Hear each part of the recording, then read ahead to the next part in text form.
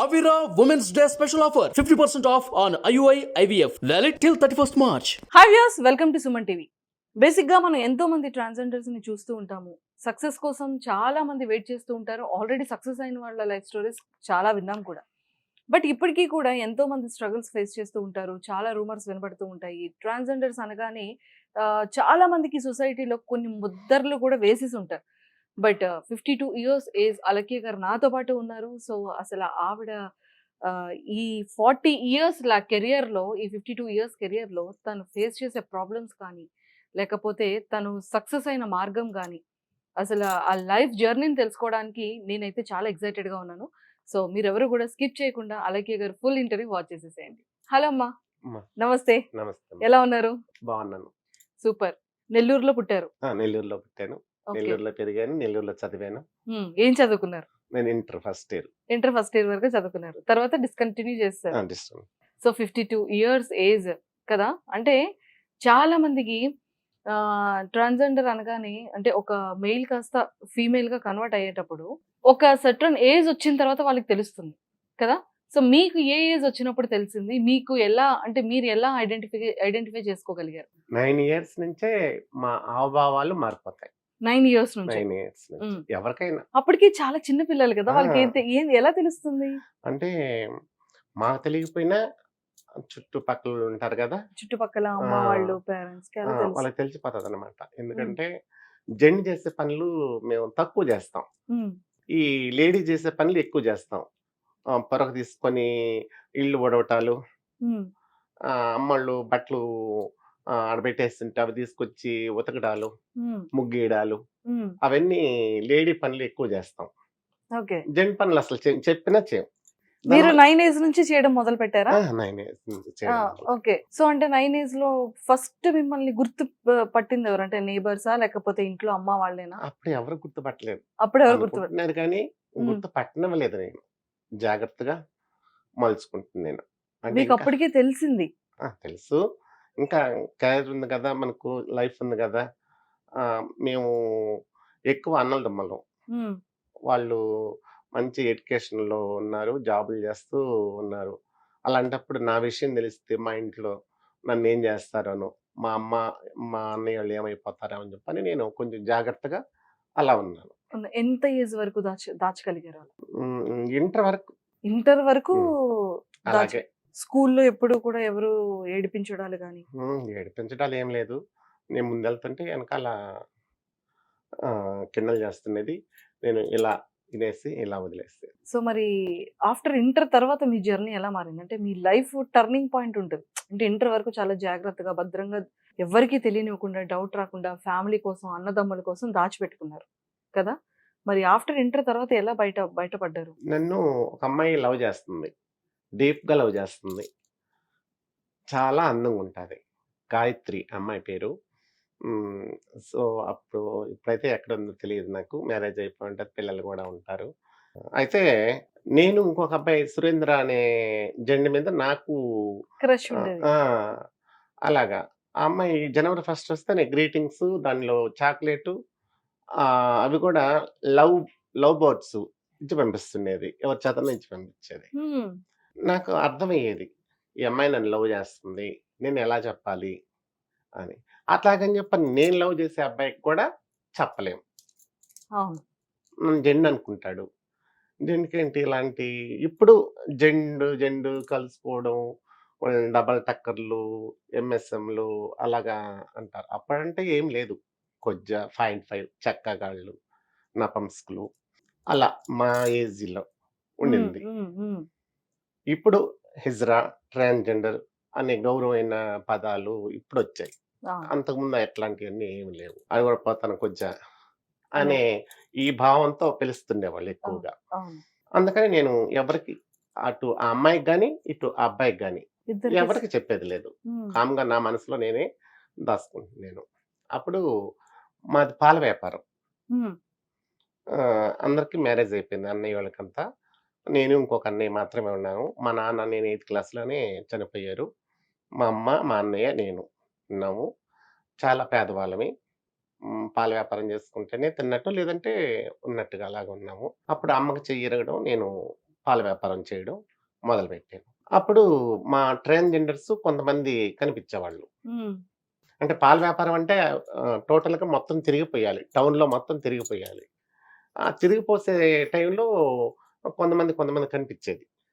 ఫస్ట్‌లో భయమేసింది నాకు. ఉమ్, ఈళ్ళ కాడికెళ్ళిపోతే అమ్మేస్తారంట, బాంబేకి పంపించేస్తారంట అని చెప్పని అనిపిచ్చేది. తర్వాత తెలిసింది చాలా బాగా ప్రేమిస్తారు. ప్రేమిస్తే చాలా ప్రాణం ఇస్తారని చెప్పని తెలిసింది. అప్పుడు నేను వాళ్ళ దగ్గరికెళ్ళి చిన్న చిన్నంగా వాళ్ళ దగ్గరికెళ్ళి మర్యాదగా మాట్లాడటం అలాగా ఉన్నాను. వాళ్ళు కూడా చాలా బాగా ప్రేమించారు. తర్వాత కొన్ని రోజులకి వాళ్ళలోకెళ్ళిపోయాను. అంటే అమ్మ వాళ్ళకి అప్పుడు చెప్పలేదు. అమ్మ వాళ్ళకి చెప్పకుండా ఇంట్లో నుంచి పారిపోయి వెళ్ళిపోయారు. హ్మ్. మరి ఆ తర్వాత ఎప్పుడైనా అమ్మ వాళ్ళు మిమ్మల్ని ఆ! వెతకడం?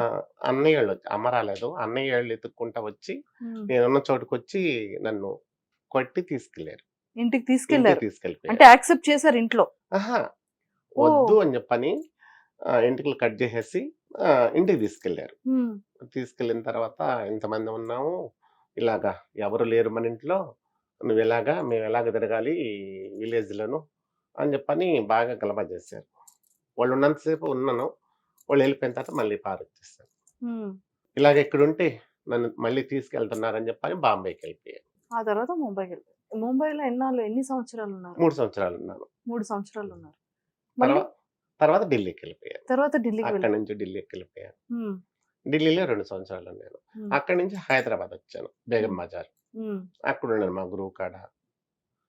తర్వాత నెల్లూరుకెళ్ళాను.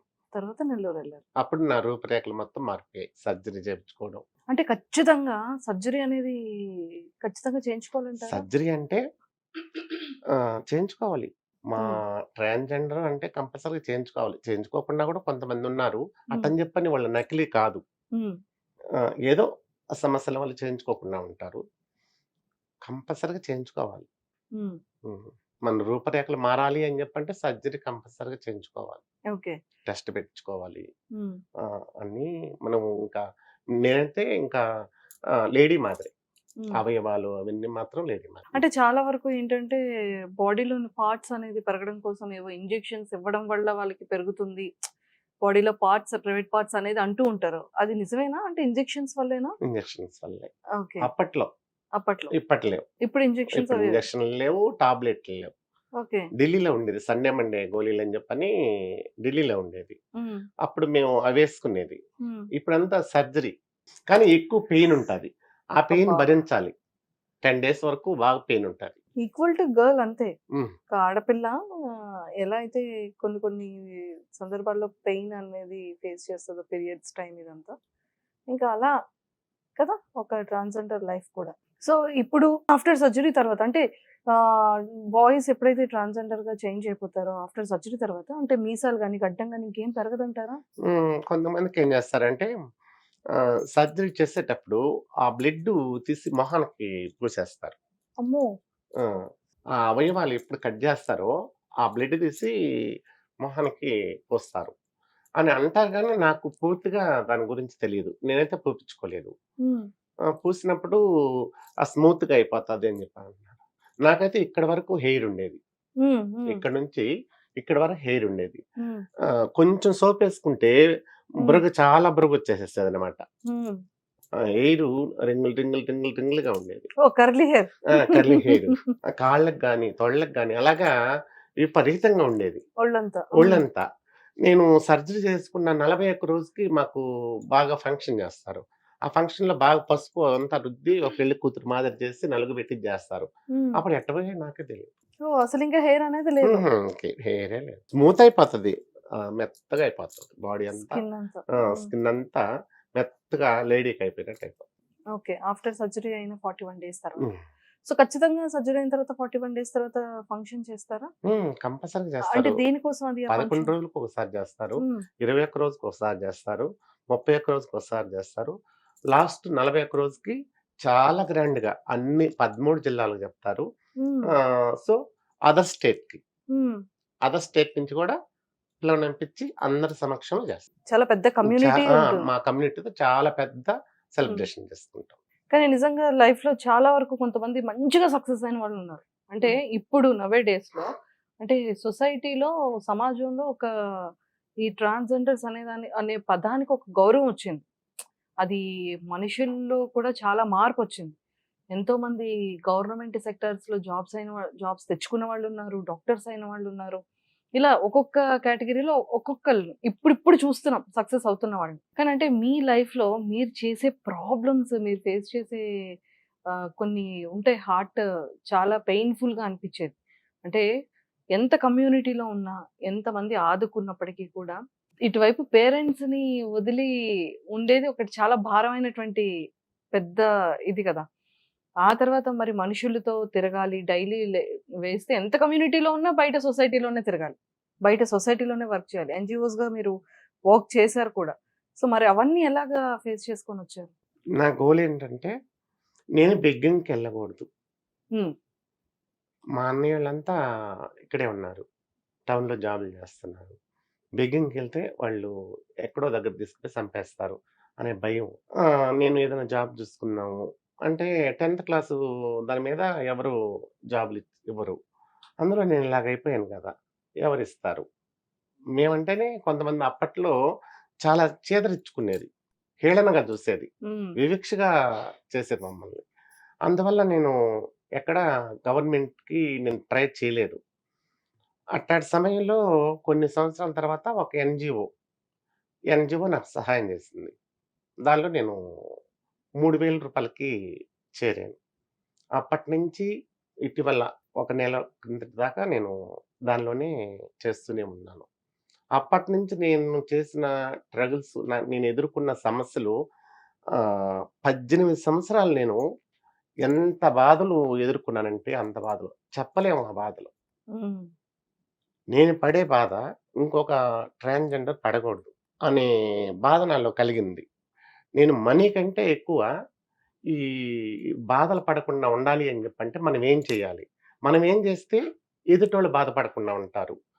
నేను పోతుంటే నన్నెంతో మంది కిండల్ జేస్తుండేది. ఈవిడొక నాయకురాలంట, ఈవిడ మళ్ళీ అందరికి హెల్ప్ జేస్తదంట, ఈవిడే రక్షించుకోలేకుంది, మళ్ళీ ఈవిడికి ఏంటి అని జెప్పని అలాగా అనుకునేది. అయినా ఇట్లాంటియన్నీ ఎదుర్కొంటే మనం ముందుకెళ్ళలేము. ఇలాంటియన్నీ వదిలేయాలి అని జెప్పని నేను కలెక్టర్లతో, ఎస్పీ గారులతో ఇదంతా పోరుకాడేది. ఆధార్ కార్డ్ కోసం. ఓన్లీ ఆధార్ కార్డ్ కోసం పోరుకాడేది. నాకు ఆధార్ కార్డులు లేవు. ఆధార్ కార్డులడిగితే ఎంఆర్ఓ ఆఫీస్‌కెళ్ళి ఆధార్ కార్డ్ అడిగితే, "మీ అమ్మ, నాన్న పేరు ఏం పేరు?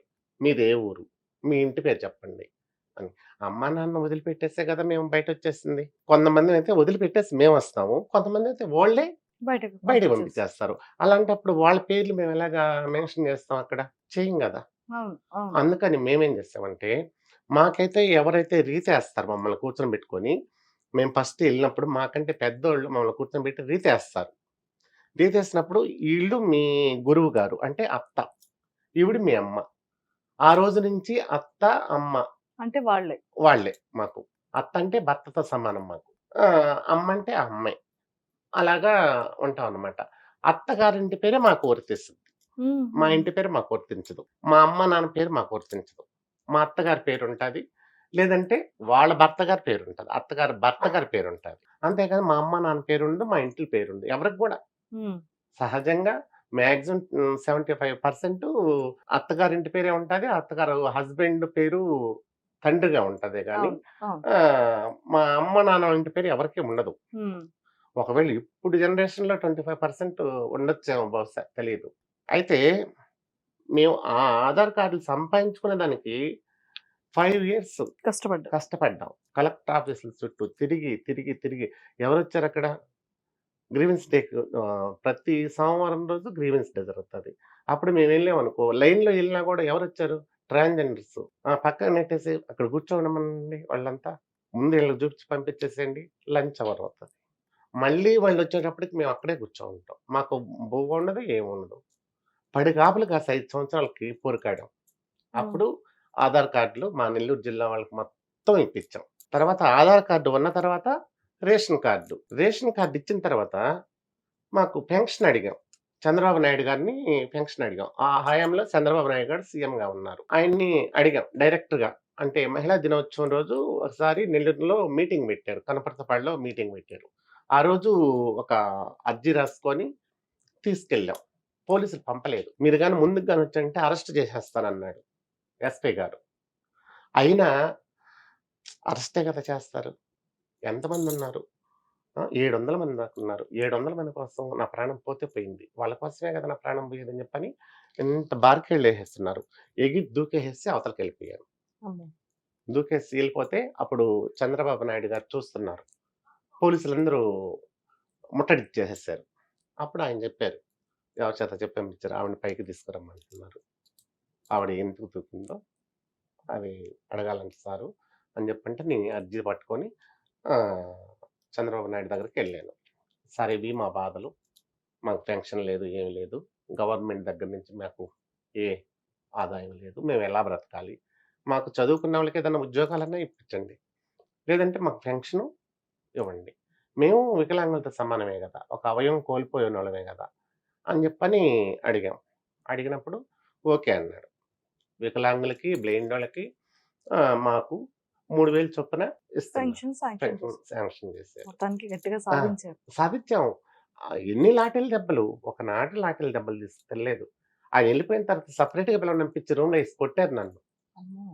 అంత సాహసం ఎందుకు చేసావు? ఆయన గాబట్టి పిలవనంపించి. మా ఉద్యోగాలు పడతాయి. అప్పుడు ఎవరు పెడతారు మాకు బువ్వ అని చెప్పని రూమ్‌లో ఏసి కొట్టారు. హ్మ్. కొడితే కొట్టినారు. అయినా వాళ్ళకి ఈరోజు రూ. 3000 వస్తున్నాయంటే సంతోషమే గదా! ఆ సంతోషం ముందా ఈ దెబ్బలెంత అనుకునేదాన్ని.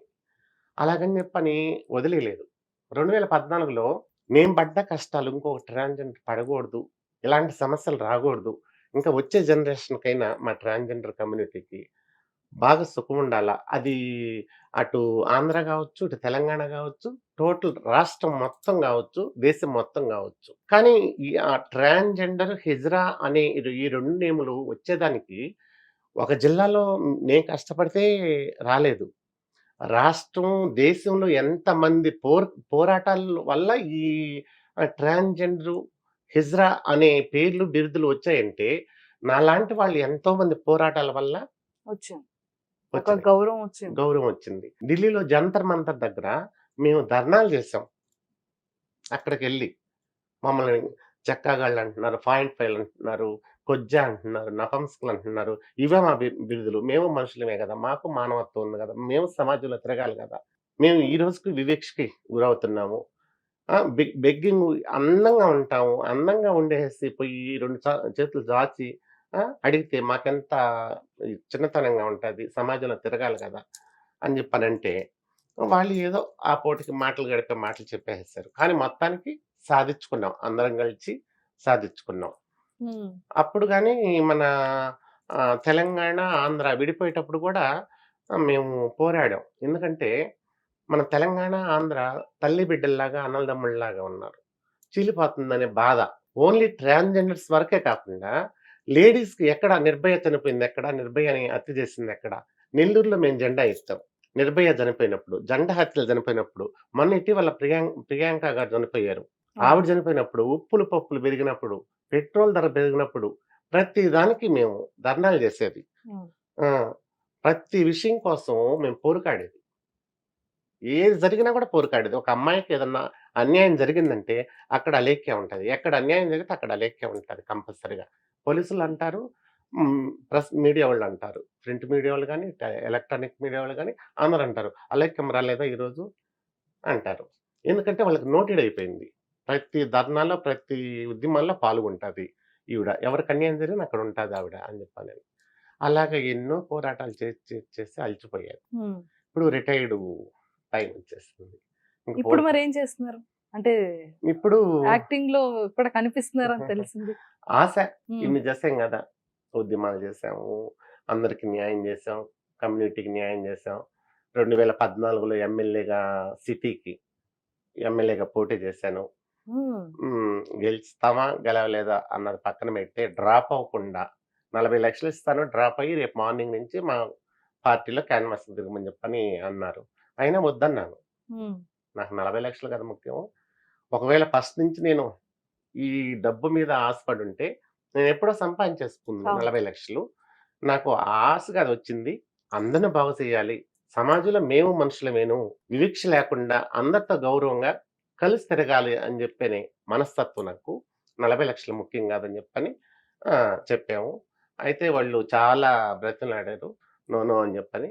ఆ నలుగురితో అక్కడ నిలబడ్డామా లేదా? సమానంగా. ఒక సూపర్. ట్రాన్స్‌జెండరు ఆ నలుగురితో జెంట్స్‌తో నిలబడ్డామా లేదా అనే ఇది ఆ గోల్ మనకు కావాలి అవును.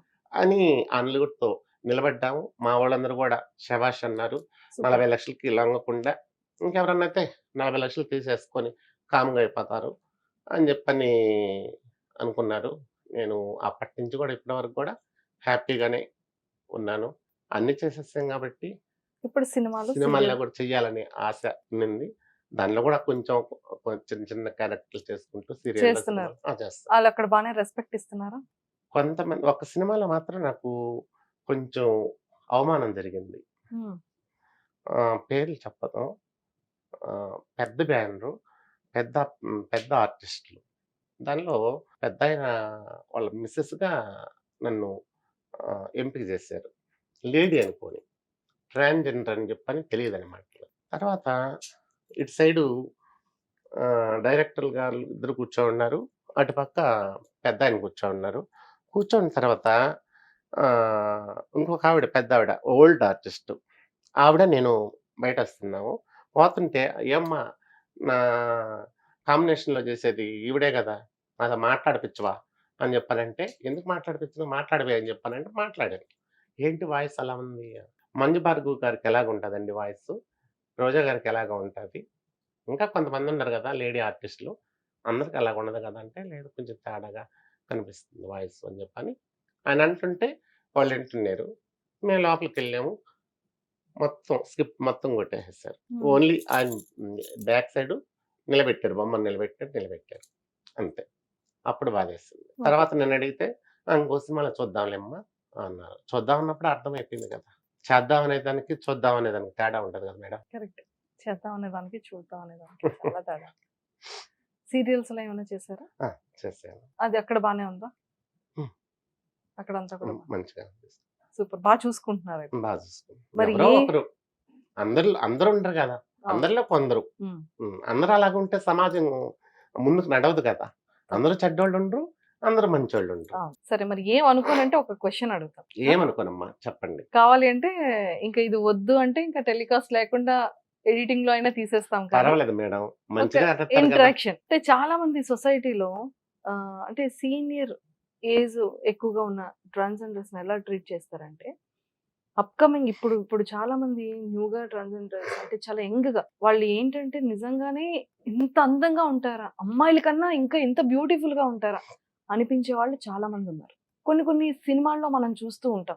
కొంత మనం బయట కూడా ఏదైనా న్యూసెస్‌లో వచ్చేటప్పుడు ఏదైనా సరే హోటల్స్‌లో బిజినెస్ పీపుల్‌తో ఇలా వ్యవహారాలు జరిగేటప్పుడు కానివ్వచ్చు. లేదు అంటే సొసైటీలో కొంతమంది ట్రాన్స్‌జెండర్స్ కూడా ఆ వేలో వెళ్తున్నారు అనేటప్పుడు ఖచ్చితంగా ఒక 35 ఇయర్స్ నుంచి ఒక 50, 60 ఇయర్స్ లోపు ఉన్న పెద్ద ట్రాన్స్‌జెండర్స్ వెనకాతల వీళ్ళుంటారు. వాళ్ళే నడిపిస్తారు. బిజినెస్ మ్యాన్స్ దగ్గరికి, కొంతమంది సెలబ్రిటీస్‌ని కానీ, పొలిటీషియన్స్ దగ్గరికి పంపించడం గాని, ఇవన్నీ జరుగుతూ ఉంటాయి అనేది ఎక్కువగా వినబడుతూ ఉంటుంది. వింటూ ఉంటాం. సో, ఎంత వరకు ఇది నిజం అంటారు? నిజంగానే అలాంటి వాళ్ళు ఉన్నారా? అందరూ ఉండరు. కొందరున్నారు. ఉన్నారు. హ్మ్. ఏం చేస్తాం? బ్రతుకు తెరువు లేదు. అలాంటి పనికి సాహసించి పోవాలంటే ఎవరు పోరు. అది మంచి పని కాదు గదా! మాకు గవర్నమెంట్ ఉద్యోగాలిస్తే అట్లాంటి పనులు మేమెందుకు జేస్తాం? ఇప్పుడు సిగ్నల్ దగ్గర ఎవరెవరో అడుక్కుంటుంటారు. ఒరిజినల్ హిజ్రాలు అడుక్కుంటారు. కొంతమంది నకిలీ వాళ్ళుంటారు. నకిలీ వాళ్ళేంటంటే మీద పడిపోయేసి వాళ్ళ డబ్బులు లాగేసుకోవడం, వాళ్ళని ఆట పట్టించేయటం అలా ఉంటారు.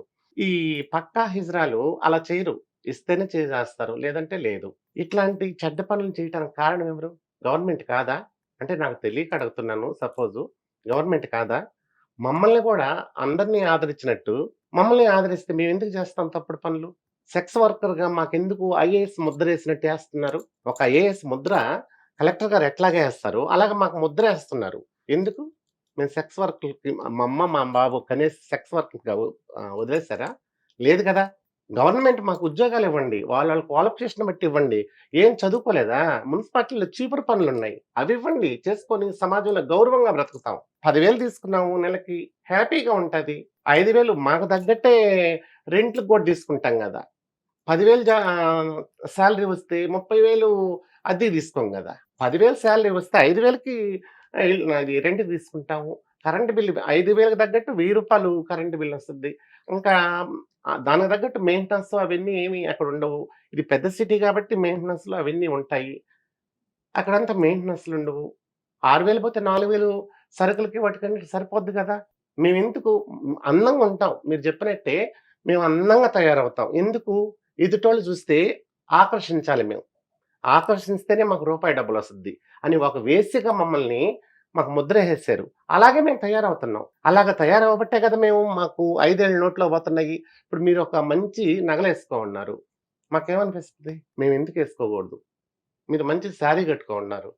మేమెందుకు కట్టుకోకూడదు? మాకు ఒక మనస్సాక్షి ఉంటదిగా! మేము మనస్సాక్షిని చంపుకొని బ్రతకలేం కదా మేడం. అవును. హ్మ్. అలాంటప్పుడు మేము కూడా కొనుక్కోవాలంటే ఏం చేయాలి? చేయక తప్పదు. అటు సెక్స్ వర్కర్సో, లేదంటే బెగ్గింగో ఏదో ఒకటి చెయ్యాలి. ఇవన్నీ చేయకుండా గవర్నమెంట్ మీరు ఆపండి. గవర్నమెంట్ ఆపేసి ఎవరు క్వాలిఫికేషన్ బట్టి వాళ్ళకి ఉద్యోగాలివ్వండి. ఎంతోమంది చదువుకున్న వాళ్ళున్నారు. ఇప్పుడు జనరేషన్‌లో అయితే ఒకరు, ఇద్దరు గాదు. అప్పట్లో ఎంతో కొంత చదువుకున్న వాళ్ళం ఉన్నాం గానీ, ఇప్పుడైతే బీకామ్‌లు, డిగ్రీలు, బీఏలు చదువుకున్న వాళ్ళున్నారు. వాళ్ళ క్వాలిఫికేషన్ బట్టి వాళ్ళకి ఉద్యోగాలివ్వండి. ఆ పనులు చేయరు. రెండోసారి ఆ పనులు చేస్తే మీరు దానికి తగిన శిక్ష ఎయ్యండి. కంపల్సరీగా. దానికి మేము శిరసా వహిస్తాం. అమ్మా పెట్టదంట, అడుక్కు తినేదంట. అట్లా మీరు బెటరు. మేము పోతే మాత్రం మాకు ముద్రేసేస్తారు ఐఏఎస్ ముద్ర. ఎందుకలాగా? మేము మనుషులం గాదా? మమ్మల్ని గూడా అమ్మా, బాబే కదా కన్నాది. ఆకాశం నుంచి ఏమన్నా ఊడిపడ్డామా? మాకు మనస్సాక్షి ఉంటదిగా. ఒక మనిషిని ప్రేమించాలి, ఒక మనిషిని ద్వేషించాలి అనే ఇవి 2 ఉంటాయి. మంచి ఉంటది, చెడు ఉంటది. అందరిలో ఎలాగా ఉంటాయో మాకు అలాగే ఉంటాయి.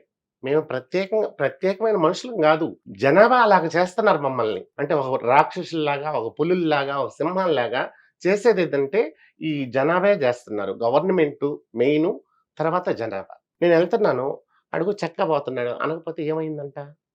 అదే మీ ఇంట్లో పుడితే అంటారా మీరు ఆ మాట? నాలాంటి మనిషి ఒకరు ఒక ఐఏఎస్ ఆఫీసర్ కాడనో, ఒక ఐపీఎస్ ఆఫీసర్ కాడనో, లేకపోతే ఇంకొకరి కాడనో, ఒక సెలబ్రిటీ కాడనో, ఒక ప్రొడ్యూసర్ కాడనో పుడితే వాళ్ళని బయటకు పంపిస్తున్నారా? చాలా జరిగాయి. ఇండస్ట్రీలో కూడా చాలా జరిగాయి ఇట్లాంటియి. ఎక్కడో ఏదో దేశంలో ఒక ఐఏఎస్ ఆఫీసరు నేను ట్రాన్స్‌జెండర్‌ని అని చెప్పని ఒప్పుకున్నారు. మీ దాకా కూడా వచ్చుంటది. నేను ట్రాన్స్‌జెండర్‌ని ఒప్పుకున్నారా అతను. అవును. ఆ! అట్లాంటి మహానుభావులుండాల. ఎందుకు మేడం? మేము నాయకులమి. నాయకులే కాదంటల్లా. మీరు నాయకులు ఎలాగయ్యారు? ఇప్పుడు నేను లీడర్‌ని ఎలాగయ్యాను? అందరూ ఎన్నుకుంటే నేను లీడర్‌నయ్యాను. నాకై నేనొక్కదాన్నే లీడర్‌ని కాలేదుగా. అందరూ ఓట్లేసి మీకు గెలిపిస్తే మీరు ఎమ్మెల్యేలు, ఎంపీలు ఆ! అయ్యారు. అయ్యి ప్రయోజనం ఏంటి? దోసుకోవటం, దాసుకోవటం. అది తప్ప ఇంకో రెండోది లేదు గదా! మాలాంటి పేద ప్రజల్ని మీరెక్కడ మారుస్తున్నారు? మార్చిన దాఖలాలున్నాయా? ఏ జిల్లాలన్నా మార్చిన దాఖలాలున్నాయా? ఏ రాష్ట్రంలో అయినా మార్చిన దాఖలాలున్నాయా? ఇంత పెద్ద సిటీ ఉంది. ఈ సిటీలో ఏమన్నా ఉన్నారా అలాగా? జాబులు చేస్తా గౌరవంగా బ్రతికే వాళ్ళున్నారా? ఓన్లీ అంటే ఒరిజినల్ ట్రాన్స్‌జెండర్స్ లేరు. అందుకని ఈ పని చేయాల్సొస్తుందంటారు. అంతే బ్రతకలేకపోతే ఏం జేయాలా? హ్మ్. దొంగతనం చేయకుండా ఈ పని జేస్తున్నాం. దొంగ అనే పేరు కంటే కూడా ఈ పేరు బెస్ట్ కదా! My body my rights. నా బాడీ నేనేమైనా చేసుకుంటా. దొంగతనం చేయటంలా. నా బాడీని నేనేదైనా చేసుకునేదానికి మీరెవరు అడిగేదానికని చెప్పని మేము ప్రశ్నిస్తాం గదా! నీకంత నొప్పిగా ఉంటే మాకు జాబ్ ఇవ్వు. దానిలో ఏదన్నా అవకతవకలుంటే మందలించు. అంతేగాని నువ్వు పెట్టవు. నేను చేసుకునే దాంట్లో మళ్ళీ అడ్డం వస్తావు.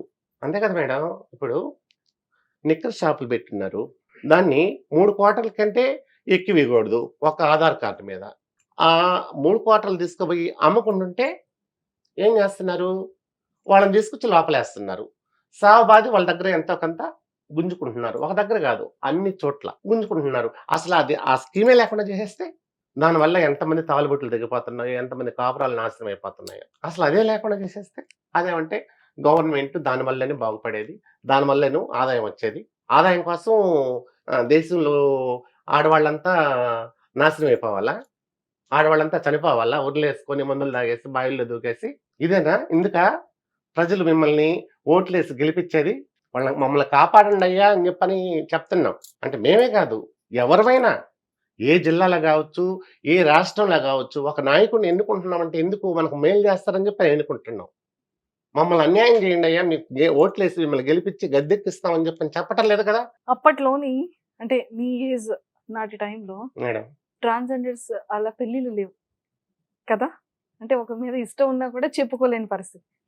మీ స్టోరీయే చూసుకున్నట్టయితే ఇప్పుడు నవే డేస్ లో ఒక రియల్ ట్రాన్స్జెండర్ ని ఒక అబ్బాయే పెళ్లి చేసుకుంటున్నాడు, లేకపోతే ఇద్దరు ట్రాన్స్జెండర్స్ పెళ్లి చేసుకోవడం, ఇలా చూస్తున్నాం. అంటే అప్పటికి ఇప్పటికి చాలా మార్పు వచ్చేసింది సొసైటీలో. మీకేమనిపిస్తుంటది ఇవన్నీ ఆలోచించినప్పుడు?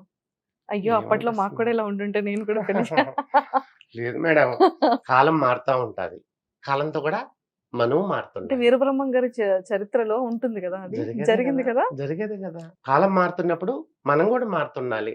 అప్పుడు పురాత యుగంలో కృష్ణుడు అలా చేశాడు, రాముడు ఇలా చేశాడు అంటే ఈ కాలంలో కూడా చెయ్యాలంటే అలాగా నమ్ముతామా? ఇప్పుడు వచ్చే జనాభా, ఇప్పుడు వచ్చే జనరేషన్ అసలు దేవుడే లేడంటారు. అప్పుడు ఆ జమానాలో ఏ అంత రాయి కనిపించినా కూడా తీసుకొచ్చి పూజించేసి దండం పెట్టుకుంటే అక్కడే దేవుడు ఉన్నాడని చెప్పని అనుకునేవాళ్ళం అప్పుడు. ఇప్పుడు అసలు దేవుడు లేడు, ఎక్కడ ఉంటే రమ్మని చెప్పు, కనిపించమని చెప్పు అనే స్థితికి వెళ్ళిపోయింది. అనే ఆ జనరేషన్ బట్టి మనం కూడా మారుతున్నాం మేడం. అంతేగాని ఇప్పుడు మ్యారేజ్లు అవుతున్నాయంటే అది వాళ్ళ ఇష్టం. ఒకవేళ అప్పుడు కూడా ఉండుంటే చేసుకునేవాళ్ళం ఏమో. కరెక్ట్. అప్పుడు లేవు కాబట్టి లేదు. ఇప్పుడు జనరేషన్ అలా తయారైపోయింది కాబట్టి అలా చేసుకుంటున్నారు. మరి మాట్లాడారా అమ్మతో ఎప్పుడైనా? అంటే బయటకు వచ్చిన తర్వాత అంటే అన్నదమ్ములు తీసుకొచ్చారు, బ్రదర్స్ తీసుకొచ్చారు, కానీ మరి అమ్మ యాక్సెప్ట్ చేయడం కానీ అమ్మ మాట్లాడడం కానీ ఎక్కడ చేశారు? చూస్తారు మేడం? నేను చూసాను. అమ్మ ఎవరికైనా అమ్మే కదా. ఏ మనిషికైనా అమ్మే. ఇప్పుడు చూడండి, మీరు అమ్మ అమ్మాయి. కాకపోయినా మీకు కూతురు ఉన్నారు. నా కూతురు, కూతురు. ప్రతిదానికి నా కూతురు. సో అమ్మ ప్రేమ వేరు. మరి మీరు ఎలా ఆ టైం ని ఫేస్ చేశారు? వద్దులేండి మేడం. చెప్పండి, అది మాకు తెలుసుకోవాలని ఉంటది కదా. అంత బాధ, అన్ని బాధలు భరించిందంతా ఒక ఎత్తు అయితే, కన్న తల్లి దగ్గర ఖచ్చితంగా కొడుకు గాని కూతురికి గాని ఆ ప్రేమ అమ్మే. ఎవరికైనా అమ్మే అమ్మే. కాదంటలేదు. అంటే ఎక్కువ ట్రాన్స్జెండర్స్ కి అమ్మ మీద ప్రేమ ఎక్కువ ఉంటారు. ఎందుకంటే తండ్రి ఒక దెబ్బ కొట్టినా అమ్మ దగ్గరికి తీసుకుంటది. అలాగే నాకు 8th క్లాస్‌లోనే తండ్రి పోయాడు కాబట్టి నాకు తండ్రి అయినా తల్లి అయినా అమ్మే. ఎంతమంది అయినా నన్ను అమ్మ చాలా బాగా చూసుకునేది. కానీ నేను ఇప్పటి వరకు ఉండి నాకు దగ్గరగా ఉండుంటే అమ్మని నేను పువ్వుల్లో పెట్టుకున్నాను. కానీ అమ్మ లేదు. ఎన్నాళ్ళు అవుతుంది అమ్మగారు? అవుతుంది.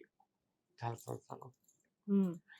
8 సంవత్సరాలు అయినా కానీ నేను పోయేంత వరకు నేను అమ్మని మర్చిపోలేదు. ఇప్పటికి కూడా నా దాని ఈ రింగ్ మీద అమ్మ నాన్న అంటారు. నేను అందరికి చెప్తాను, నేను పోయేటప్పుడు కూడా దీన్ని వేసేసేయండి, నాతోనే వెళ్ళాలి అని. అమ్మ అంటే ఎక్కువ.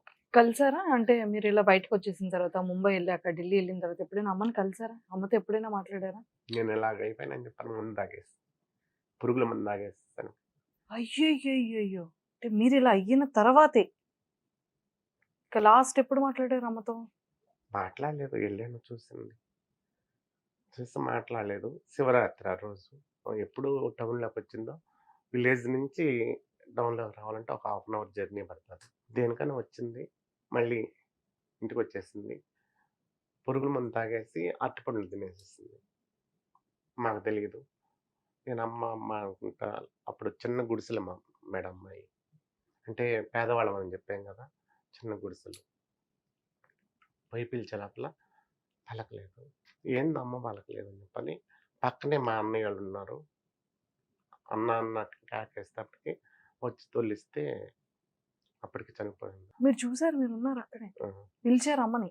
పిలిచాను, తొలిచ్చాను, ఇట్లా అమ్మ అమ్మ అమ్మ అని.